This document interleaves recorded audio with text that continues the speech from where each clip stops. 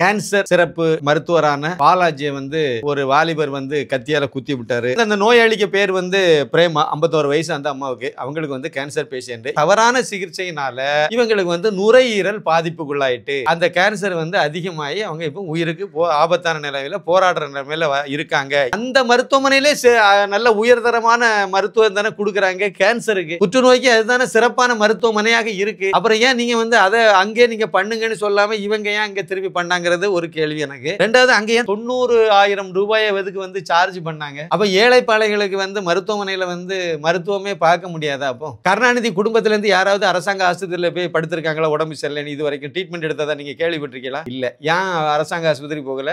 அங்க நல்லா பார்க்க மாட்டாங்க. அரசாங்க ஆஸ்பத்திரி தமிழகத்துல இன்னைக்கு வந்து கொள்ளையடிக்கிற வேலையை செய்துட்டு இருக்காங்க. திராவிடியா மாடல் அரசாங்கம் மிகப்பெரிய அயோக்கியத்தனம் பண்ணிட்டு இருக்கு. அதை நிரூபிக்கிற வகையில தான் இப்ப இந்த அம்மா பிரேமா வந்து இப்ப அவங்க சொன்னாங்க பாத்தீங்களா, நேத்து கொடுத்த பேட்டியில அவங்க சொல்லியிருப்பாங்க பாத்தீங்களா, மூச்சு திணறலோடையும் அவங்க பேசினாங்கல்ல. அந்த அம்மா சொன்னாங்க பாருங்க, அவங்க முக்கியமான விஷயம், அந்த அம்மா சீக்கிரம் சாக போறாங்க. அதுமே அரசாங்க ஆஸ்பத்திரியில ஒரு நையா பைசா கூட நீங்க வாங்க விட, நீங்க போய் ஸ்கேன் பண்ணா காசு, எக்ஸ்ரே எடுத்தா காசு, இப்படி எல்லாம் நீங்க சொன்னீங்கன்னா அது எவ்வளவு பெரிய அபாண்டமான ஒரு விஷயமா இருக்கும். அது ஸ்கேன் எல்லாமே இப்ப 20,000 ரூபாய் 25,000 ரூபாய் பில் வர மாதிரியே தான் இருக்கு. எம்ஆர்ஐ ஸ்கேன் அது இதெல்லாம் போட்டீங்கன்னா வருது. பாலாஜி வந்து அந்த ட்ரீட்மெண்ட் தவறா கொடுத்தாரு அப்படிங்கிறது வந்து புரிஞ்சுக்க முடியும். தப்பு பண்ணிட்டாரு சார். அரசாங்க ஆஸ்பத்திரியில ஒரு பெரிய ஒரு மோசமான ஒரு நடவடிக்கை என்னன்னா, அங்க போய் ட்ரீட்மெண்ட்டுக்கு போறேன். நான் அரசாங்க ஆஸ்பத்திரியில ட்ரீட்மெண்ட் எடுத்து என்னுடைய காலை இழந்தவன் நான் சொல்றேன். நேரடியாக நான் அனுபவப்பட்டவன் நான் சொல்றேன். மனுஷனவே நம்மளை மதிக்கிறது கிடையாது. பாலாஜி டாக்டர் செய்த ஒரு பிழையினால அந்த அம்மாவுடைய கூட ஒரு 4 வருஷம் அவங்க உயிரோடு இருக்கத அவங்கள வந்து ஆயுள குறைச்சிருக்காருல. போலீஸ்காரங்க அவங்க வீட்டுல போய் ரிப்போர்ட் எல்லாம் பிடிக்கிட்டு வந்தாங்க. புரியாத புதிரா இருக்குல்ல. அங்க போய் முறையா தான் கேட்டிருக்கேன். எங்க அம்மாவை இந்த அளவுக்கு சீரியஸ் ஆகுது நீங்க தானே காரணம், நீங்க செய்த தவறு தானேன்னு சொல்லி தான் அவன் கேட்டிருக்கான், பேசியிருக்கான். அந்த பேசும்போது அவனை பிடிச்சி தள்ளி இருக்காரு. சும்மா எல்லாம் ஒண்ணு அவன் கோவப்படல. தப்பு சார், டாக்டருக்கு மேல தப்பு இருக்கு சார். தப்பு இல்லாத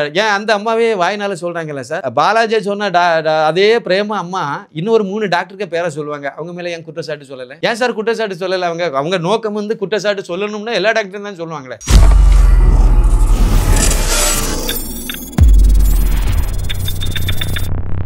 சாமானியன் குரல் தேசியவாதிகளுக்கு எனது பணிவான வணக்கம்.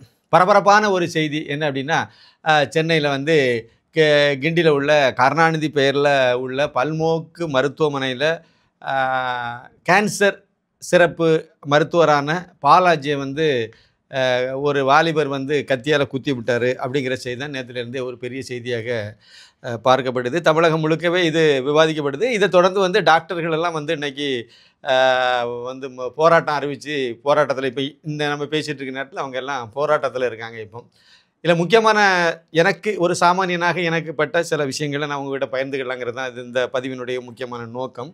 இதில் வந்து அந்த நோயாளிக்கு பேர் வந்து பிரேமா, 51 வயசு அந்த அம்மாவுக்கு. அவங்களுக்கு வந்து கேன்சர் பேஷண்ட்டு. இவங்க வந்து அடையாறு கேன்சர் இன்ஸ்டியூட்டில் ட்ரீட்மெண்ட் எடுத்து அதுக்கு அங்கே ஒரு 90,000 ரூபா கட்டி மருத்துவம் பார்த்து அதுக்கு பிறகு அங்கேருந்து வந்து இங்கே வந்து மருத்துவம், அதாவது கிண்டியில் வந்து இங்கே உள்ள கருணாநிதி பேரில் உள்ள அந்த பல்நோக்கு உயர்தர மருத்துவமனையில் வந்து அதே கேன்சருக்கு மருத்துவம் பார்த்துருக்காங்க. அதுக்கு பிறகு அங்கேருந்து வெளியே வந்து இன்னொரு மருத்துவமனையிலையும் தனியார்லேயும் மருத்துவம் பார்த்துருக்காங்க. இதுக்கு முன்னாடி கூட ஆரம்பத்தில் ஒரு மருத்துவமனையிலையும் மருத்துவம் பார்த்துருக்காங்கன்னு நினைக்கிறேன். அப்படி இவங்க பல மருத்துவமனையில் மருத்துவம் பார்த்துருக்காங்க. இதில் வந்து அடையாறு இன்ஸ்டியூட்டில் பார்க்கும்போது ஸ்டேஜ் 2ன்னு சொன்னாங்களாம். அங்கே இருக்கக்கூடிய சமயத்தில் வந்து 2வது கட்டத்தில் இருக்குது கேன்சர், அதனால் குணப்படுத்திடலாம், நீங்கள் வந்து பண்ணால் போதும் அப்படின்னு அது ஒரே ஒரு தடவை வந்து ஊசி போட்டதாக சொல்கிறாங்க. ஹீமோகுளோபின் பண்ணியிருப்பாங்கன்னு நினைக்கிறேன். அதில் எனக்கு சரியாக தெரியல. 5-6 ஊசி போடணும் தொடர்ந்து. அதில் ஒரு ஊசி அங்கே எடுத்து அது பிறகு அங்கே எடுக்கலை அப்படின்ட்டாங்க. அடையாறு இதுக்கு இண்டியில் வந்து எடுக்கும்போது என்ன அப்படின்னா, அது வந்து இவங்களுக்கு வந்து அதிகமாக இருந்திருக்கு. ஆனால் அவர் வந்து இந்த சூழ்நிலையிலேருந்து ஹீமோகுளோபின் கொடுக்கக்கூடாது, அதாவது கரண்ட் பிடிக்கிறது அந்த ட்ரீட்மெண்ட்டுக்கு தான் அந்த பேர் சொல்கிறாங்கன்னு நான் புரிஞ்சுக்கிறேன். அந்த கரண்ட் பிடிக்கிறது வந்து வச்சா அது வந்து வேறு பிரச்சனையை உருவாக்கிருமா ஆகாதாங்கிறதெல்லாம் ஸ்கேன் எடுத்து பார்த்து எல்லாம் பண்ணி முடிச்சுட்டு தான் அதை பண்ணியிருக்கணும். ஆனால் வந்து அவங்க அதை ஸ்கேன் எடுத்து பார்த்தாங்க. எல்லாம் பார்த்துட்டு இந்த பாலாஜிங்கிற அந்த டாக்டர் வந்து அந்த ரிப்போர்ட்டே பார்க்காம நீங்கள் போய் போடுங்கன்னு சொல்லிட்டாரு. அதனால் அவருடைய தவறான சிகிச்சையினால் இவங்களுக்கு வந்து நுரையீரல் பாதிப்புக்குள்ளாயிட்டு அந்த கேன்சர் வந்து அதிகமாகி அவங்க இப்போ உயிருக்கு ஆபத்தான நிலையில் போராடுற நிலைமையில் இருக்காங்க. இதை இங்கே அதாவது கிண்டியில் உள்ள மருத்துவமனையில், அரசாங்க மருத்துவமனையில் டாக்டர் பாலாஜி தப்பு பண்ணியிருக்காரு. அதன் மூலமாக உடம்பு ரொம்ப பலவீனமாகி போச்சு. ரொம்ப கிரிட்டிக்கலான சூழ்நிலைக்கு அந்த உடம்பு போயிட்டு அப்படிங்கிறத இதற்கு பிறகு அவங்க வந்து சவிதா ஹாஸ்பிட்டல்னு சொல்கிறாங்க. வெளியே போய் ட்ரீட்மெண்ட் எடுக்கும்போது அது வந்து கண்டுபிடிக்கப்பட்டிருக்கு. அப்படின்னா இவங்க ட்ரீட்மெண்ட் சரியாக கொடுக்காதனால அங்கே நிறைய விவாதங்கள் நடந்திருக்கு, நிறைய பிரச்சனைகள் நடந்திருக்கு. அதனால அவங்க அங்கேருந்து வெளியே இன்னொரு ஆஸ்பத்திரிக்கு போயிருக்காங்கிறத புரிஞ்சுக்கலாம். இங்கே வர்றதுக்கு முன்னாடி வந்து அவர் வந்து அவங்க வந்து கிண்டி ஆஸ்பத்திரியில், அதாவது அடையார் ஆஸ்பத்திரியில் வந்து ட்ரீட்மெண்ட் எடுத்தாங்க. எடுத்துகிட்டு இங்கே வரும்போது நீங்கள் அங்கே போய் அவங்க சொல்லிட்டாங்க, நீங்கள் போய் லெட்டர்லாம் வாங்கிட்டு வாங்கன்னு சொன்னாங்க. இங்கேருந்து லெட்டர் வாங்கிட்டு வாங்க, அப்போ தான் அங்கே உள்ள அதாவது இந்த மருத்துவ அறிக்கைகள் எல்லாம் நாங்கள் தர முடியும்னு சொல்லி, ரிப்போர்ட்டெல்லாம் தர முடியும்னு சொல்லியிருக்காங்க. அப்போ அந்த சமயத்தில் இங்கேருந்து லெட்டர்லாம் கொடுத்துருக்காங்க. எங்கே கிண்டி அரசு மருத்துவமனையிலேருந்து அடையாறு அந்த கேன்சர் இன்ஸ்டியூட்டுக்கு வந்து லெட்டர்லாம் கொடுத்து தான் அங்கே உள்ளதெல்லாம் வாங்கி இவங்க எல்லாம் பண்ணியிருக்காங்க. இது இவ்வளோத்தையும் பண்ண அவங்க திருப்பி மறுபடியும் வந்து ஸ்கேன் பண்ணி எக்ஸ்ரே எடுத்து எல்லாமே பண்ண இவங்க அந்த இதெல்லாம் ரிப்போர்ட்டெல்லாம் முறையாக பார்த்து அதுக்கு தக்கவாறு உள்ள சிகிச்சையை கொடுத்துருந்தா இவங்களை வந்து அதுக்கு அடுத்த, அதாவது அதை குணப்படுத்தக்கூடிய வழியை நோக்கி போயிருக்கோம். ஆனால் அவங்க சரியானபடி அதை பண்ணாதனால அது அதிகமாகி அது வந்து நுரையீரலை பாதிச்சுட்டுங்கிறது ஒரு குற்றச்சாட்டு. அது அந்த அம்மா தரப்புல இருந்து சொல்லக்கூடிய ஒரு குற்றச்சாட்டு அதில் இருக்குது. இதில் 2 விஷயம் நான் பார்க்குறேன். ஒன்று, அடையாறு கேன்சர் இன்ஸ்டியூட்னு சொல்லி சென்னையில் தான் இருக்குது. அடையாருக்கும் கிண்டிக்கும் ரொம்ப ஒன்றும் தொலைவு கிடையாது, பக்கத்தில் தான் இருக்குது. அடையாறில் வந்து கேன்சர் இன்ஸ்டியூட்டுங்கிறது அது புற்றுநோய்க்கான சிறப்பு மருத்துவமனை, அகில இந்திய அளவில் ஒரு பிரபலமான மருத்துவமனை. அப்படி இருக்கும்போது அரசாங்க மருத்துவர்கள் வந்து அந்த மருத்துவமனையிலே நல்ல உயர்தரமான மருத்துவம் தானே கொடுக்குறாங்க. கேன்சருக்கு, புற்றுநோய்க்கு அதுதானே சிறப்பான மருத்துவமனையாக இருக்குது. அப்புறம் ஏன் நீங்கள் வந்து அதை அங்கே நீங்கள் பண்ணுங்கன்னு சொல்லாமல் இவங்க ஏன் அங்கே திருப்பி பண்ணாங்கிறது ஒரு கேள்வி எனக்கு. ரெண்டாவது, அங்கே ஏன் 90,000 ரூபாயை எதுக்கு வந்து சார்ஜ் பண்ணாங்க? அப்போ ஏழைப்பாளைகளுக்கு வந்து மருத்துவமனையில் வந்து மருத்துவமே பார்க்க முடியாதா? அப்போ அரசாங்க ஆஸ்பத்திரின்னு நம்ம சொல்கிறோம், ஆனால் ஏழைகள்கிட்டையும் காசை வசூல் பண்ணால் அது என்ன அரசாங்க மருத்துவமனை? அங்கே 90,000 ரூபாய் கொடுக்கறதுக்கு பதிலாக பழையபடியும் இங்கே காசு கொடுக்குறாங்கன்னு சொல்லி தானே அவங்க இன்னொரு ஆஸ்பத்திரி போகணுன்னு நினைக்கிறாங்க. அரசாங்க ஆஸ்பத்திரியிலே காசு கொடுத்து பண்ணணுங்கும் போது நான் ஏன் தனியார் ஆஸ்பத்திரி போகக்கூடாது? அங்கே கொஞ்சம் நல்லா பார்ப்பாங்களே. இந்த வார்த்தையை நீங்கள் அண்டர்லைன் பண்ணணும். தனியார் ஆஸ்பத்திரிக்கு எதுக்கு போகிறாங்க? கருணாநிதி குடும்பத்திலேருந்து யாராவது அரசாங்க ஆஸ்பத்திரியில் போய் படுத்திருக்காங்களா உடம்பு சரியில்லைன்னு இது வரைக்கும் ட்ரீட்மெண்ட் எடுத்ததா நீங்கள் கேள்விப்பட்டிருக்கீங்களா? இல்லை. ஏன் அரசாங்க ஆஸ்பத்திரி போகலை? அங்கே நல்லா பார்க்க மாட்டாங்க.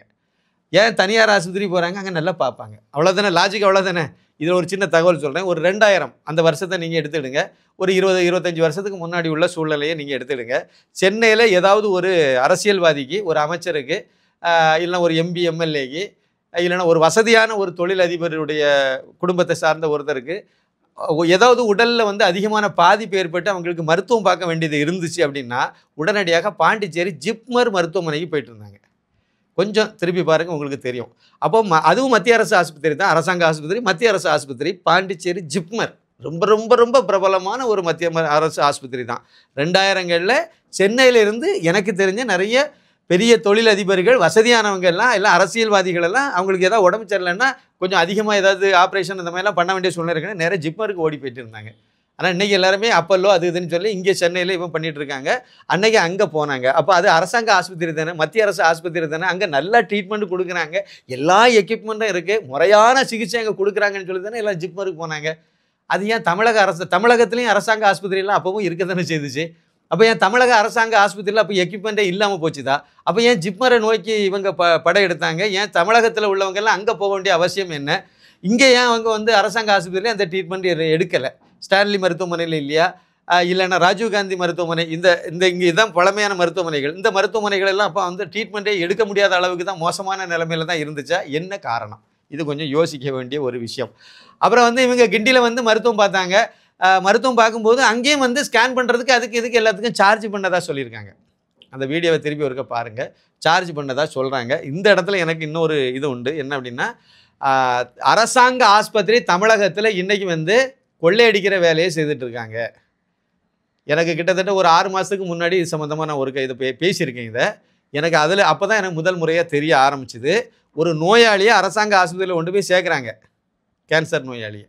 எந்த ஆஸ்பத்திரிங்கிறது வேண்டாம், கொண்டு சேர்க்குறாங்க. தமிழ்நாட்டில் ஒரு பிரபலமான ஒரு மருத்துவமனையில் கொண்டு போய் கேன்சர் பேஷண்ட்டு கொண்டு போய் சேர்க்குறாங்க. கேன்சர்னால் ஒவ்வொரு நாளும் அதனுடைய இது கூடிக்கிட்டே போகுங்கிறது எல்லாத்துக்கும் தெரியும். அங்கே போன பிறகு அங்கே என்ன நடந்துச்சு அப்படின்னா, அதாவது நீங்கள் உடனே காப்பீடு அட்டை எடுத்துகிட்டு வாங்கன்னு சொன்னாங்க.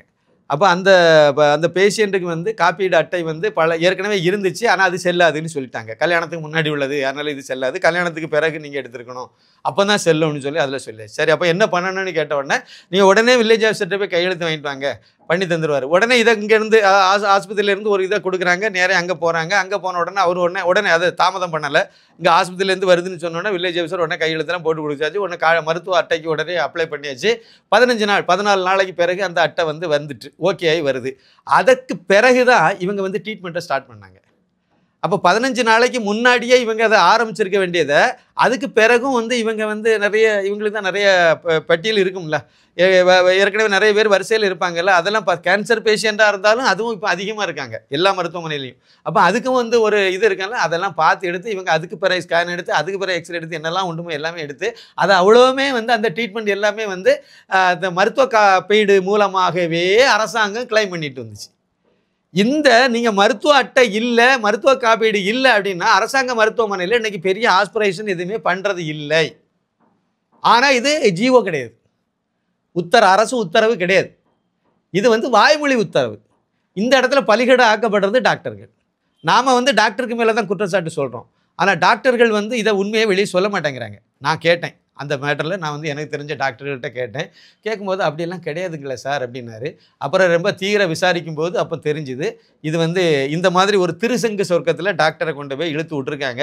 அதனால் அவங்க இதை சொல்லவும் முடியாது. நீங்கள் காப்பீடு அட்டை எடுத்துருவாங்கன்னு தான் சொல்லுவாங்க. அதுவும் டாக்டர் நேரடியாக சொல்ல மாட்டாங்க, அங்கே உள்ள ஊழியர்கள், மருத்துவ ஊழியர்கள் மூலமாக தான் இதை சொல்கிறாங்க. அப்போ அதை நம்ம டாக்டருக்கு மேலே இதை தப்பு சொல்ல முடியாது. இது அரசாங்கம் செய்கிற மிகப்பெரிய அயோக்கியத்தனம். அதில் இந்த திராவிடியா மாடல் அரசாங்கம் மிகப்பெரிய அயோக்கியத்தனம் பண்ணிட்டு இருக்கு. அதை நிரூபிக்கிற வகையில் தான் இப்போ இந்த அம்மா பிரேமா இப்போ அவங்க சொன்னாங்க பார்த்தீங்களா, நேற்று கொடுத்த பேட்டியில் அவங்க சொல்லியிருப்பாங்க பார்த்தீங்களா, மூச்சு திணறலோடையும் அவங்க பேசினாங்கல்ல, அந்த அம்மா சொன்னாங்க பாருங்கள், அவங்க முக்கியமான விஷயம், அந்த அம்மா சீக்கிரம் சாக போகிறாங்க. அதுதானே அவங்களுடைய மருத்துவ ரிப்போர்ட். அதுதானே அவங்க ரொம்ப நாள் இன்னும் வாழ முடியாது, சாவை நோக்கி நகர்ந்துட்டு இருக்காங்க. இந்த இடத்துல அவங்க யாருக்கும் பொய் சொல்ல வேண்டிய விஷயம் இல்லை. அவங்க சொன்னதுலேருந்து எதுவுமே பொய்யா இருக்கும்னு நான் நம்பலை. முழுக்க நம்ம கேட்கும்போது நமக்கும் ஒரு மூளை இருக்குல்ல, அதை யோசிக்கும்போது அவங்க பொய் சொன்ன மாதிரி இல்லை. அப்போ 90,000 ரூபா கேன்சர் அடையாறு இன்ஸ்டியூட்டில் வாங்கினாங்கன்னா அப்புறம் ஏழைகளுக்கு என்ன ட்ரீட்மெண்ட் கிடைக்கும்னு சொல்கிறீங்க? மோடி ஒரு பக்கம் 5 லட்சம் ரூபாய்க்கு மருத்துவ காப்பீடு கொடுக்குறாரு. இங்கே இவங்க இப்போ இந்த சமீபத்தில் இன்னொரு தகவல் என்னென்னா, தமிழக அரசு, அதாவது கலைஞர் காப்பீடு திட்டம்னு முன்னாடி கொடுத்து வச்சுருந்தாங்கல்ல, அது இப்போ செல்லாதுன்னு வேறு சொல்கிறாங்க. எந்த அளவுக்கு உண்மைன்னு எனக்கு தெரியல. அதாவது மாநில அரசினுடைய மருத்துவ காப்பீடு இப்போ அது அதை பயன்படுத்தலை, இல்லைன்னா அது செல்லாது, அது என்ன காரணம்னு தெரியல, ஏதோ முடங்கி போச்சுங்கிற மாதிரி ஒரு வார்த்தை சொல்கிறாங்க. மத்திய அரசினுடைய கார்டை எடுத்துருவாங்கன்னு சொல்கிறாங்க. அதாவது மோடி கொடுத்து 5 லட்சம் ரூபாய்க்கு வரைக்கும் உள்ள மருத்துவ காப்பீடை தூக்கிட்டு வாங்கன்னு சொல்கிறாங்க. அதை பயன்படுத்துகிறாங்க இப்போ அப்படின்னு சொல்லி அரசாங்க ஆஸ்பத்திரியில் பயன்படுத்துகிறதா ஒரு தகவல் இருக்குது. சரி இருக்குது, அந்த மாதிரி அட்டை இல்லாதவங்களுக்கு எனக்கு எந்த அட்டையும் இல்லை சார். நான் இப்போ எனக்கு ஒரு நோய் நான் ஆஸ்பத்திரி போகிறேன், கவர்மெண்ட் ப்ரைவேட் ஆஸ்பத்திரி போனால் எனக்கு காசு, எனக்கு ஒரு 4 லட்ச ரூபா 3 லட்ச ரூபா எனக்கு ஆகும். எனக்கு இல்லை, நான் அதனால் கவர்மெண்ட் ஆஸ்பத்திரி போகிறேன்னு சொல்லி அரசாங்க ஆஸ்பத்திரியில் போய் நான் படுக்கும்போது உனக்கு அட்டை இல்லை, அதனால் நான் உனக்கு ட்ரீட்மெண்ட் பண்ண மாட்டேன்னு அப்படி நேரடியாக சொல்ல மாட்டாங்க. சொல்லலை, அதானே பிரச்சனை. உங்களுக்கு மருத்துவ காப்பீடு இருந்தாங்க பண்ண முடியும், இல்லைன்னா நீங்கள் வெளியே எங்கேயாவது போய் பாருங்கன்னு சொன்னால் கூட நம்ம அதுக்கு அடுத்த ஆப்ஷன் என்னென்னையோ போக முடியும். ஒரு கேன்சர் பேஷண்ட்டை நீங்கள் 1 மாதம், அதுக்கு பிறகு அது 1.5 மாதம் வரைக்கும் போச்சுது, லேட்டாகி தான் அப்புறம் ப்ராசஸ் ஸ்டார்ட் பண்ணாங்க. ஏன்னா அது வரல, வந்த பிறகு அதில் இன்னும் 1-2 ப்ராசஸ் எல்லாம் பண்ணாங்க. அட்டை எஸ்எம்எஸ் வந்துட்டுனா கூட அதுக்கு பிறகு கொஞ்சம் டைம் கொடுத்து ஒரு மொத்தத்தில் ஒரு மாதம் வரைக்கும் இழுத்துட்டு போய் தான் ட்ரீட்மெண்ட்டை ஸ்டார்ட் பண்ணாங்க கேன்சர் பேஷண்ட்டுக்கு. அப்போ காலதாமதமாகி கேன்சர் பேஷண்ட்டுக்கு நீங்கள் பண்ணும்போது அது என்ன மாதிரியான விளைவுகளை ஏற்படுத்துங்கிறது எல்லாத்துக்குமே தெரியும். அப்போ இது காரணம் யார்? இந்த திராவிடியா மாடல் அரசாங்கம். மிகப்பெரிய குற்றச்சாட்டை நம்ம சொல்லலாம். அதுமாதிரி அரசாங்க ஆஸ்பத்திரியில் ஒரு நையா பைசா கூட நீங்கள் வாங்கக்கூடாது. நீங்கள் போய் ஸ்கேன் பண்ணால் காசு, எக்ஸ்ரே எடுத்தால் காசு, இப்படியெல்லாம் நீங்கள் சொன்னீங்கன்னா அது எவ்வளோ பெரிய அபாண்டமான ஒரு விஷயமா இருக்கும். அது ஸ்கேன் எல்லாமே இப்போ 20,000 ரூபா 25,000 ரூபா பில் வர மாதிரியே தான் இருக்குது. எம்ஆர்ஐ ஸ்கேன் அது இதெல்லாம் போட்டிங்கன்னா வருது.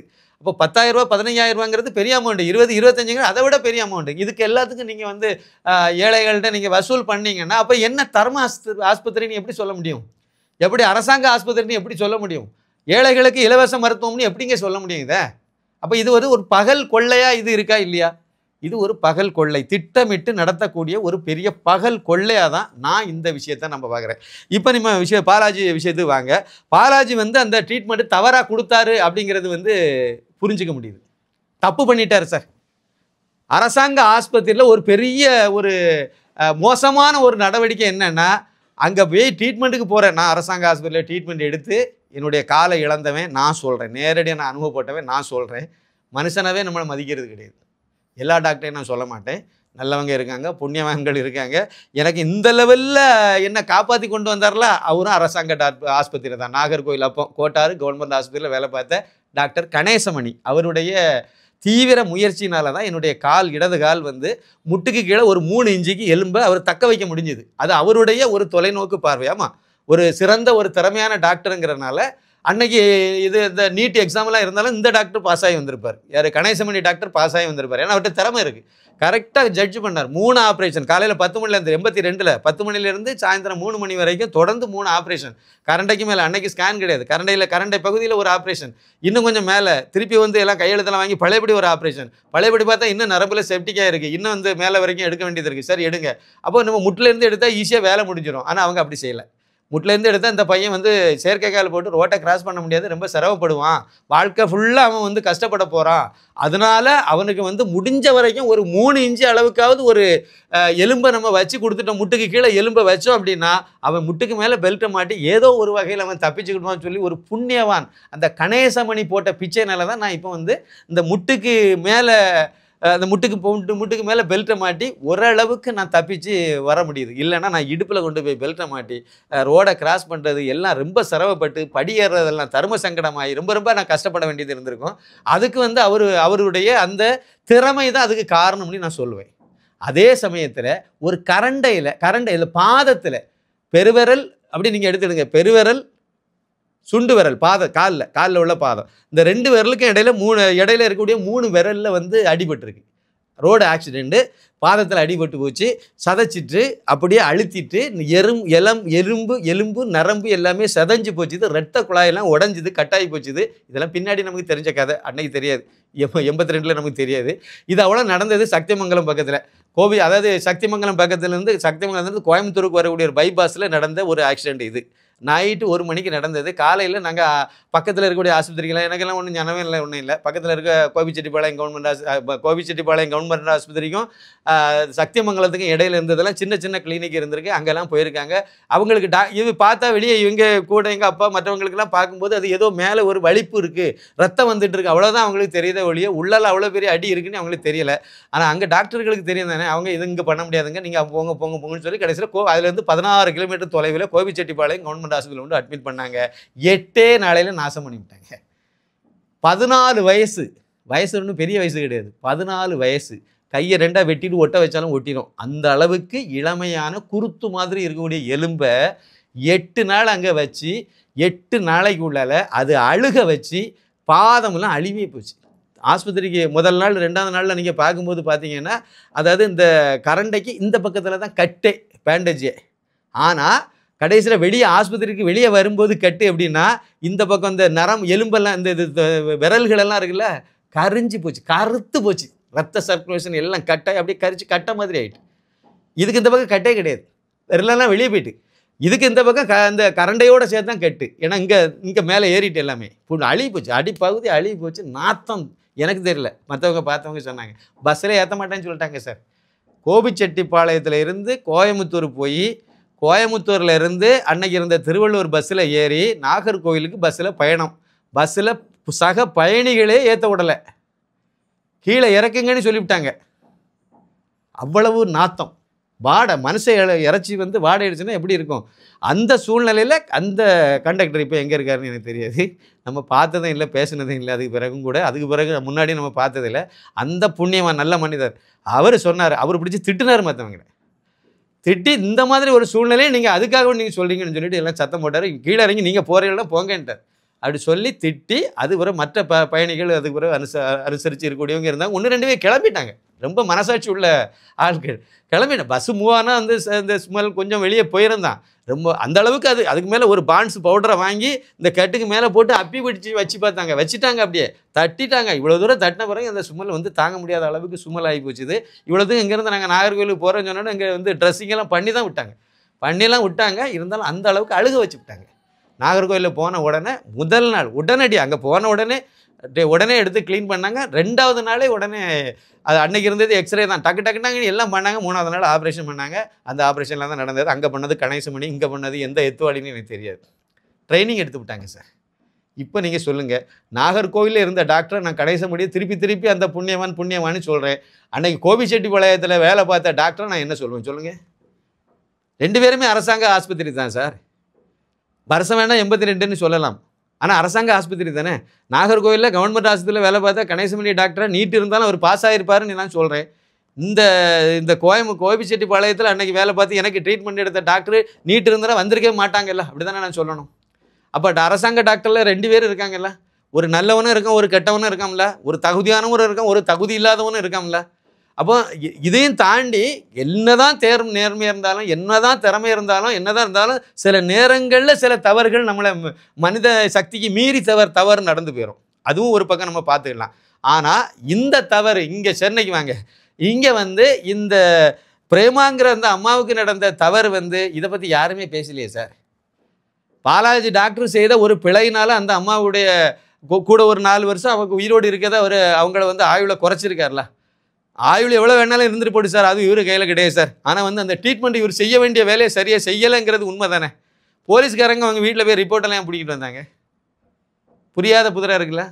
ரிப்போர்ட்டுக்கு போலீஸ்காரங்களை என்ன சார் சம்மந்தம்? பையன் குத்தி விட்டான். ஒரு விஷயம் சொல்லட்டுமா, இது கிண்டியில் நடக்காமல் அமெரிக்காவில் நடந்தால் அந்த டாக்டரை சுட்டு கொண்டிருப்பாங்க. இந்த விக்னேஷுங்கிற பையன் அமெரிக்காவில் பிறந்தவனாக இருந்து, இல்லைன்னா அமெரிக்காவில் வாழ்ந்தவனாக இருந்த துப்பாக்கி எடுத்துகிட்டு போயிருப்பான். கரெக்டு தானே? இன்னொரு விஷயத்தையும் சொல்கிறேன், இவரை கொலை பண்ணணும்னு நினச்சிருந்தா அறுவை தூக்கிட்டு போயிருப்பான். கொலை பண்ணுங்கிறது தான் மோட்டிவாக இருந்திருந்தேன்னா அவன் அறுவை எடுத்து உள்ளே சொருவிட்டு போயிருப்பாங்க. உள்ளே போனோன்னு டங்கின்னு எடுத்து வெட்டியிருப்பான். ஆனால் அங்கே என்ன நடந்துங்கிறத வெளியே வருது, தகவல் என்ன வருது, அங்கே போய் முறையாக தான் கேட்டிருக்கேன். எங்கள் அம்மாவை இந்த அளவுக்கு சீரியஸ் ஆகுது, நீங்கள் தானே காரணம், நீங்கள் செய்த தவறு தானேன்னு சொல்லி தான் அவன் கேட்டிருக்கான், பேசியிருக்கான். அந்த பேசும்போது அவனை பிடிச்சி தள்ளியிருக்காரு. சும்மாலாம் ஒன்றும் அவன் கோவப்படல. ஆனால் அவன் கத்தி வச்சுருக்கான். எது கத்தி கொண்டு வந்தாங்க நமக்கு தெரியாது. ஒருவேளை சேஃப்டிக்கு இருக்குன்னு பாக்கெட்டில் வச்சிருக்கலாம். ஆனால் அவன் ரவுடி கிடையாது. அம்மாவுக்கு மேலே அம்மாவுக்கு ஒரு தவறு அம்மாவுடைய ட்ரீட்மெண்ட்டில் ஒரு தப்பு நடந்துக்குங்கிறத அவனால் ஜீரணிக்க முடியலை. இதுக்கு அடுத்த ஆஸ்பத்திரி போகும்போது அதை கண்டுபிடிச்சி சொல்கிறாங்க. அங்கே தப்பான ட்ரீட்மெண்ட் கொடுத்து, அப்போ அந்த டாக்டர் முட்டா பயிலோல கண்டுபிடிச்சி சொன்னவன். எது ரெண்டில் ஒன்று தானே சார் இருக்கணும். ஒன்று இதுக்கு வேறு தனியார் ஆஸ்பத்திரியில் போய் ட்ரீட்மெண்ட் எடுத்துக்கும் போது அவங்க எல்லாம் செக் பண்ணி பார்த்துட்டு இங்கே கிண்டி ஆஸ்பத்திரியில் தப்பு பண்ணிட்டாங்க அப்படிங்கிறது உண்மையாக இருக்கணும். அவங்க சொன்னது உண்மைன்னா கிண்டி ஆஸ்பத்திரியில் டாக்டர் பாலாஜி செய்தது தவறு தானே. அந்த தவறை தானே இவன் போய் கேட்குறான். கேட்கும்போது அவர் அது அவரால் அந்த தவறை பூசி மெழுக முடியலை, அப்படி தானே. அந்த அம்மாவுடைய இன்டர்வியூ திருப்பி ஒருக்க போட்டு கேளுங்க. பிரேமா அவர்களுடைய இன்டர்வியூ திருப்பி ஒருக்க கேளுங்க. சார் நீங்கள் தானே சார் நான் தான் கையெழுத்து போட்டணும். அப்போ எந்த லட்சணத்தில் இருக்காங்க டாக்டர்? நிறைவிழந்து போயிட்டாங்களா? காரணம் சொல்லக்கூடாது. அதாவது எங்களுக்கு நிறைய ப்ரெஷர் இருந்துச்சு, நிறைய பேஷண்ட் இருக்காங்க, இது அதிகமான செலவில் உருவாக்கப்பட்ட மருத்துவமனை, கருணாநிதி பேரில் உருவாக்கின மருத்துவமனை. அந்த பேரை வச்சனாலே விளங்காது சார். அது அப்படி தான் போகும். உருவாக்கின ஒரு மருத்துவமனை, மல்டி ஸ்பெஷாலிட்டி மருத்துவமனை, அதுவும் ஒரு ஹைடெக்கில் இவங்க உருவாக்கி வச்சுருக்காங்க. ஓமந்தூரர் அரசு மருத்துவமனைக்கும் மல்டி ஸ்பெஷாலிட்டி மருத்துவமனை தான். அதை விட இது அதி சிறப்பு வாய்ந்த மருத்துவமனைன்னு சொல்லி தான் இதை 1000 படுக்க வசதிகளுடன் கூடிய மருத்துவமனை, இதில் எல்லா வசதிகளும் இருக்குது, இதெல்லாம் சொன்னாங்க. டாக்டர் மட்டும் இல்லைன்னு இப்படி சொல்கிறீங்க. டாக்டர் போதும் அளவுக்கு இல்லைன்னா இங்கே சங்கங்கள், இன்னைக்கு போராடுற சங்கங்கள் எங்களுக்கு டாக்டர் இல்லைன்னு சொல்லிட்டு போராட்டம் நடத்த வேண்டியது தானே. டாக்டர் ஒன்று இவ்வளோ பேர் தேவைன்னு சொல்லி பண்ணலாமே. இல்லைன்னா வேலையை விட்டு போகலாமே சார். என்ன சார் பிரச்சனை உங்களுக்கு? இல்லை ட்ரான்ஸ்ஃபர் வாங்கிட்டு போகலாம், இல்லைன்னா வேலையை விட்டே போகலாம். இங்கே உங்களால் ஏன்னா இவர் பாலாஜியை பொறுத்த வரைக்கும் ஒரு ஸ்பெஷலிஸ்ட்டு இதில் கேன்சர்லன்னு சொல்கிறாங்க, வெளியே அவரை பற்றி பேசுகிறாங்க. அப்படி அவர் ஒரு திறமையான மருத்துவர்னு சொல்கிறாங்க. திறமையான மருத்துவர் ஏன் இந்த தப்பை பண்ணார் அப்படின்னா அரசாங்கம். அவர் இன்னொரு முக்கியமான விஷயம் சார், தமிழகத்தில் அரசாங்க டாக்டர் எத்தனை பேர் தனியார் கிளினிக்கில் வேலை வைக்கலைன்னு சொல்லுங்கள் சார். இன்றைக்கி உள்ள சூழ்நிலை, நான் ஒரு தனியார் கிளினிக்கில் போனோம், அங்கே அரசாங்க டாக்டர் வேலை பார்ப்பார், வச்சுருப்பார். அந்த கிளினிக்கில் போய் நான் அவர்கிட்ட ட்ரீட்மெண்ட் எடுக்கணும். அவர் எனக்கு ஒரு கேன்சர் இருக்குது, ஏதாவது இருக்குன்னு கண்டுபிடிச்சி நீ உடனே கவர்மெண்ட் ஏன்னா இவர்கிட்ட எக்யூப்மெண்ட் கிடையாது, பெரிய ஆஸ்பத்திரி கிடையாது, இவர்கிட்ட கிளினிக் தான் வச்சுருக்காரு. உடனே நீங்கள் ரெஃபர் பண்ணி நேரடி அங்கே வந்துருப்பார். அங்கே போனீங்கன்னா உங்களுக்கு சிறப்பான மருத்துவம் கிடைக்கும். ஏன்னா இது இவருடைய பேஷண்ட். யார்? இந்த டாக்டருடைய பேஷண்ட்னா அங்கே தனியான ஒரு கவனிப்பு இருக்குது, அதுக்கு ஒரு மரியாதை இருக்குது. மற்றவங்களுக்கு ஏழைப்பாளைகள் தானே சார் அரசாங்க ஆஸ்பத்திரிக்கு வராங்க. அப்போ அவங்ககிட்ட கொஞ்சம் கருணை காணிக்கணுமா வேண்டாமா? அப்புறம் ஆடு மாடை விட கேவலமாக நடத்துனீங்கன்னா, மனுஷனை ஒரு அடிமை மாதிரி நீங்கள் நடத்துனீங்கன்னா, நீ டாக்டர் நான் டாக்டரான்னு கேள்வி கேட்குறேன்டா சார். ஒரு நோயாளிக்கு அந்த நோயினுடைய தன்மை என்ன, அதில் என்ன இருக்குங்கிறத தெரிஞ்சுக்கக்கூடிய உரிமை இருக்கா இல்லையா சார்? அதை சொல்லுங்கள். ஒரு சாமானியன்னு நான் கேட்குறேன். எனக்கு என்ன ட்ரீட்மெண்ட் நீங்கள் கொடுத்துறீங்க, என்ன மருந்து மாத்திரை எனக்கு எழுதுறீங்க, ஏன் எழுதுறீங்க, இதை நீங்கள் எனக்கு எக்ஸ்பிளைன் பண்ணணும். அதானே முறை. அது நீங்கள் சொல்லணுமா வேண்டாமா? எனக்கு அதையே நீங்கள் சொல்ல மாட்டேன்னு சொல்கிறீங்க. தப்பு சார். டாக்டருக்கு மேலே தப்பு இருக்குது சார். தப்பு இல்லாத ஏன் அந்த அம்மாவே வாயினால சொல்கிறாங்கல்ல சார். பாலாஜியை சொன்ன அதே பிரேமா அம்மா இன்னொரு 3 டாக்டருக்கு பேரை சொல்லுவாங்க. அவங்க மேலே ஏன் குற்றச்சாட்டு சொல்லலை? ஏன் சார் குற்றச்சாட்டு சொல்லலை? அவங்க நோக்கம் வந்து குற்றச்சாட்டு சொல்லணும்னா எல்லா டாக்டரும் தான் சொல்லுவாங்களே. இப்போ அரசாங்க டாக்டர்லேயும் நல்லவங்க இருக்காங்க. அதான் நானே சொல்கிறேனே. எனக்கு அன்னைக்கு நடந்துச்சு, இன்றைக்கும் அது இருக்குது. சமீபத்தில் உள்ள ஒரு விஷயமும் எனக்கு தெரியும். அதான் நான் சொல்லிகிட்டு இருக்கேன். அதனால் வந்து இன்னையும் அரசாங்கத்தில் வேலை பார்க்குற பேர் நல்லவங்க நிறைய பேர் இருக்காங்க. இல்லை இல்லை அப்படின்னு கிடையவே கிடையாது. அயோக்கியர்களும் இருக்காங்க. தவறான மருத்துவம் பார்க்குறவங்களும் இருக்காங்க. எனக்கு தவறான மருத்துவம் பார்த்ததுனால எனக்கு அழிவிச்சுது. அதை கரெக்டான மருத்துவர் போய் அதை அரசு டாக்டர் கணேசமணி வந்து சரியான மருத்துவத்தை அந்த நேரத்தில் செய்ததுனால முட்டுக்கு மேலே வராத அளவுக்கு என்ன உயிர் போகாத அளவுக்கு என்ன காப்பாற்றினார். கோபிச்செட்டிப்பாளையத்தில் அண்ணன் நடந்த அதே ட்ரீட்மெண்ட்டை கணேசமணி டாக்டர் எனக்கு பண்ணியிருந்தாருன்னா நான் அன்றைக்கி இங்கேருந்து பேசியிருக்கவே முடியாது. ஏன்னா அது அடுத்து எங்கே வரும்? அது வேகமாக அதிகமாகிட்டு இல்லை, அது வேகமாக வந்துட்டு அப்போ அந்த செப்டிக் ஆகிறது முட்டுக்கு மேலே வந்துட்டா இடுப்பு முடிஞ்சு போச்சு. தொடை வர தானே வரணும். அது வர தானே நீங்கள் காலை எடுக்க முடியும். இடுப்புக்கு வந்துட்டுனா அப்புறம் என்ன காரை எங்கள் உயிர் தான் எடுக்க முடியும். எப்படி எடுக்க முடியும்? அது பிறகு ஆள் அவுட்டு தானே. அந்த அளவுக்கு மோசமான, அதாவது திறமை இல்லாத டாக்டர்களும் இருக்காங்க, திறமையான மருத்துவர்களும் இருக்காங்கிறத நம்ம புரிஞ்சுக்கணும். நல்லவங்க இருக்காங்க அரசாங்க ஆஸ்பத்திரியில். நான் எந்த குறையும் நான் சொல்லலை. ஆனால் இந்த மாதிரி கேடுகெட்ட தவறான சிகிச்சை கொடுக்குறவங்களும் இருக்காங்க. இப்போ பாருங்க, பாலாஜி நல்லவர் ஆயிட்டார். அவரால் பாதிக்கப்பட்ட அந்த அம்மாவுக்கு யாருமே பேசலை சார். அந்த பிரேமாங்கிற அம்மாவுக்கு அவங்களுக்கு முறையான சிகிச்சை கொடுக்காததுனால இப்போ அவங்களுக்கு அந்த நோயினுடைய வீரியம் அதிகமாகி அவங்களுடைய நுரையீரல் பாதிக்கப்பட்டுட்டுங்கிறது இப்போ தெரியுது. இதுக்கு ஒரு முறையான ஒரு விசாரணை நடத்தாண்டமா சொல்லுங்க. அகைன் இன்னொரு விஷயத்தையும் சொல்கிறேன். அந்த விக்னேஷுங்கிறவன் இவரை கொலை பண்ணணுங்கிற மோட்டிவில் வந்திருந்தா அருவாவோட வந்திருப்பான். அப்படி கொலை பண்ணணுங்கிற மோட்டிவில் அவன் வந்திருந்தானா வந்த உடனே வெட்டியிருப்பான். உள்ள நுழைஞ்ச உடனே கதவை சார் டமால் டிமால்னு வெட்டி போட்டுட்டு அவன் பாட்டு போயிருப்பான். இல்லை எங்கேயாவது போய் கள்ள துப்பாக்கி வாங்கிட்டு வந்து சுட்டு தள்ளிட்டு போயிருப்பான். அதான் அவனுக்கு நோக்கமாக இருந்திருக்கும். நோக்கம் அதுவாக இருந்தால் அப்படி தானே செய்திருப்பான். சாதாரண மூளை எனக்கு அப்படி தான் யோசிக்குது. அவன் கேட்கணும்னு வந்திருக்கான். அவன் கோவத்தை வெளிப்படுத்தணும்னு வந்திருக்கான். சண்டை போடணும்னு வந்திருக்கான். எங்கள் அம்மா இப்படி நாசம் பண்ணிட்டேன் நான் ஏன்னு கேட்க வந்திருக்கான். அப்படி தான் நம்ம எடுத்துக்க முடியும். அப்போ அந்த அளவுக்கு செய்யும்போது தப்பு பண்ண நீங்கள் வந்து அதுக்கு விளக்கம் தான் சொல்ல முடியும். நீங்கள் அவனை பிடிச்சி போயிட்டு நான் பெரிய இவரு நீ என்னடா மயிறு அப்படிங்கிற மாதிரி நீங்கள் வந்து பண்ணும்போது எவனாக இருந்தாலும் கோவம் வரதானே செய்யும். கையில் கிடச்சது தூக்கி சாத்தத்தானே செய்யும். அதமே அவனுக்கு கையில் கத்தி இருந்ததுக்கு போட்டுட்டான். 2-3 குத்திட்டு போயிட்டான். என்னால் இதை இப்படி தான் புரிஞ்சிக்க வேண்டியது இருக்குது, புரிஞ்சிக்க முடியுது. ஆனால் இதில் வந்து நீங்கள் வேணால் பிரேமாங்கிற அந்த அம்மா எப்படியும் அது மரணத்தை நோக்கி நெருக்கி விட்டுட்டீங்க. ஆனால் வந்து மேலே ஒருத்தன் இருக்கான், அவன்கிட்ட இருந்து நீங்கள் தப்ப முடியாது. இது ஒரு வார்னிங்கிறதான் என்னுடைய பார்வையாக நான் இதில் பதிவு பண்ணுறேன். ஒவ்வொரு அரசாங்க மருத்துவர்களும் தனியார் கிளினிக்கில் வச்சுருக்காங்க. தனியார் மருத்துவமனையிலையும் வேலை பார்க்குறாங்க. பெரும்பாலானவங்க தனியார் கிளினிக்கும் வச்சுருக்காங்க. கிளினிக் வச்சுருக்கவங்க கிளினிக்கில் நல்ல ராஜ மரியாதை கொடுத்து ட்ரீட்மெண்ட் கொடுக்குறாங்க வரக்கூடிய பேஷண்ட்டுக்கு, நோயாளிகளுக்கு. அதே சமயத்தில் இன்னொரு தனியார் ஆஸ்பத்திரியில் போய் ட்ரீட்மெண்ட் டாக்டரை அங்கே போய் பணியாற்றுறாங்க அப்படின்னா, பார்ட் டைம் இங்கே முடிச்சுட்டு அங்கே போய் சர்வீஸ் பண்ணுறாங்க அப்படின்னா, அங்கே போய் இவங்க வேலை பார்க்கும்போது அந்த மருத்துவர் அந்த நோயாளிகளை வந்து பார்க்குற விதமே நல்லா தானே பார்க்குறீங்க. ஏன் உங்களுக்கு அந்த டைமில் அங்கே போய் நல்லா பார்க்குறீங்க ப்ரைவேட்டில், ஆனால் இங்கே அரசாங்க இதுன்னு வரும்போது நீங்கள் அவங்கள ஆடு மாடு மாதிரி பார்க்குறீங்க. ஏன் வந்து அவங்கள மனிதனாக கூட மதிக்க மாட்டேங்கிறீங்க? குறைபாடு தானே. எல்லாத்துக்கும் மேலே தமிழக அரசு வந்து அரசாங்க மருத்துவமனையில் நமக்கு ஒன்றும் இல்லாத ஏழைப்பாளைகள் மருத்துவம் பார்க்கலாம்னு இருந்த சூழ்நிலையை மாற்றி அங்கே வந்தால் கூட நீ காசு இருந்தால் தான் பார்க்க முடியும்னு சொல்லி அங்கே காசை கொள்ளையடிக்கிறாங்க, பகல் கொள்ளை அடிக்கிறாங்கன்னா இது எவ்வளோ பெரிய அநியாயம். மருந்து மாத்திரைகள் ஷார்ட்டேஜுங்கிறது ஒரு பக்கம், டாக்டர்கள் ஷார்ட்டேஜுங்கிறது இன்னொரு பக்கம். எல்லாத்துக்கும் மேலே வரக்கூடிய நோயாளிகள்கிட்ட நீங்கள் வந்து குளுக்கோஸ் கூட ஆஸ்பத்திரியில் இல்லைன்னா என்ன சார் இது கணக்கு? அரசாங்க ஆஸ்பத்திரியில் குளுக்கோஸ் அடிப்படையான விஷயம் சார். அது கூட இல்லைன்னா என்ன கணக்கு? அது எக்ஸ்ரே இல்லாமல் ஜெராக்ஸ் எடுத்துகிட்டு அலைகிறாங்க தென் மாவட்டங்களில். என்ன கொடுமை இது? தென்காசியில் எடுத்துகிட்டு போகிறாங்க. ஜெராக்ஸ் எடுத்துகிட்டு எவனாவது எந்த மடப்பையிலாவது எடுத்துகிட்டு நீட்டு வச்சுருந்தா சரியாக இருந்திருக்கும். நீட்டு வேண்டான்னு சொல்கிறதுக்கு காரணமே தான். நீட்டுக்கு வந்த பிறகு டாக்டருக்கு மகன் டாக்டர் ஆகலை சார். பெரும்பாலும் ஆக முடியலை. வக்கீலுக்கு மகன் டாக்டர் ஆக முடியலை. அரசியல்வாதிக்கு எம்பி எம்எல்ஏக்கு மகன் ஒருத்தன் கூட வர முடியல. கருணாநிதி குடும்பத்தில் கூட ஒருத்தர் வர முடியல. நடிகர்களுடைய வீட்டில் இருந்து ஒரு பேர் டாக்டர் ஆக முடியல. ஆகலை சார். அதுக்கு முன்னாடி நிறைய பேர் ஆகிட்டாங்க. அதுக்கு பிறகு ஆக முடியலை. எங்கேயாவது ஒருத்தன் கண்ணுக்கு தெரியாமல் வந்தால் உண்டு, அவ்வளோதான். திறமை இருக்கும். திறமை இருந்தால் தானே வர முடியும். நீட்டில் ஜஸ்ட் பாஸ் ஆகிட்டீங்கனாலே நீங்கள் வந்து பணம் கொடுத்து ஆக முடியும். வசதி இருக்குது, பணம் இருக்குது, ஆனாலும் வர முடியலை. அப்படின்னா என்ன கணக்கு? இப்போ சர்வீஸில் இருக்க நிறைய பேர் களை பிடுங்க வேண்டிய இடத்துல இருக்காங்கங்கிறத நம்ம புரிஞ்சிக்க வேண்டியது. தகுதி இல்லாதவங்களாம் டாக்டராக இருக்காங்கிறத புரிஞ்சிக்க வேண்டியது. தவறு செய்யக்கூடிய டாக்டரை வந்து அது நம்ம கடவுளுக்கு அடுத்த இடத்துல வச்சு பார்க்குறோம். உங்களுக்கும் வந்து இந்த தண்டனை கிடைக்குங்கிறது தான் என்னுடைய கருத்து. இன்னொரு முக்கியமான விஷயம் சொல்லணும். இதுக்கு வந்து கண்டனம் தெரிவித்து நம்ம இந்த இந்த தவாக கட்சி இருக்குது பாருங்கள், அதனுடைய தலைவர் ஜோசப் விஜய் அவர்கள் வந்து ஒரு பெரிய கண்டனமெல்லாம் தெரிவித்து அறிக்கையெல்லாம் வெளியிட்டிருக்காரு. அவர்கிட்ட நான் ஒரே ஒரு கேள்வி தான் கேட்குறேன். ஐயா ராஜா, நீங்கள் அரசியல் கட்சி ஆரம்பிச்சிருக்கீங்க, புதுசாக நீங்கள் வந்திருக்கீங்க, இதுக்கு நீங்கள் கண்டனம் தெரிவித்தது தப்புன்னு நான் சொல்லலை. அது வந்து பாதுகாப்பு இல்லைங்கிறது பட்டப்பகல இந்த மாதிரி சென்னை மாநகரில் ஒரு ஆஸ்பத்திரியில் ஒருத்தரை வந்து ஒரு டாக்டரை வந்து வெட்டுறது குத்துறதெல்லாம் வந்து சட்ட ஒழுங்கு சீர்குலைவுங்கிறத தவிர வேறு ஒன்றும் இல்லை. அதுக்கு அவருடைய பங்களிப்பு அவர் கண்டனத்தை தெரிவிச்சிருக்காரு. என்னுடைய கேள்வி அவருக்கு என்ன அப்படின்னா, இதே மாதிரி தூத்துக்குடி மாவட்டத்தில் 2 நாளைக்கு முன்னாடி வந்து சல்மா மெட்ரிகுலேஷன் ஹையர் செகண்டரி ஸ்கூலில் 5 மாணவிகளை வந்து நாசம் பண்ணுன செய்தி வெளியே வந்துச்சு ஐயா ராஜா. அது உங்களுக்கு தெரியுமா தெரியாதா? இன்னும் உங்கள் தகவலே வரலையோ? இன்னமும் நடிகர் விஜய்க்குடைய ஜோசப் விஜய் காதுக்கு இன்னும் எட்டவே இல்லையா? அது ஜெபஸ்டியான் சைமனுடைய காதுக்கு இன்னும் அது எட்டவே இல்லையோ?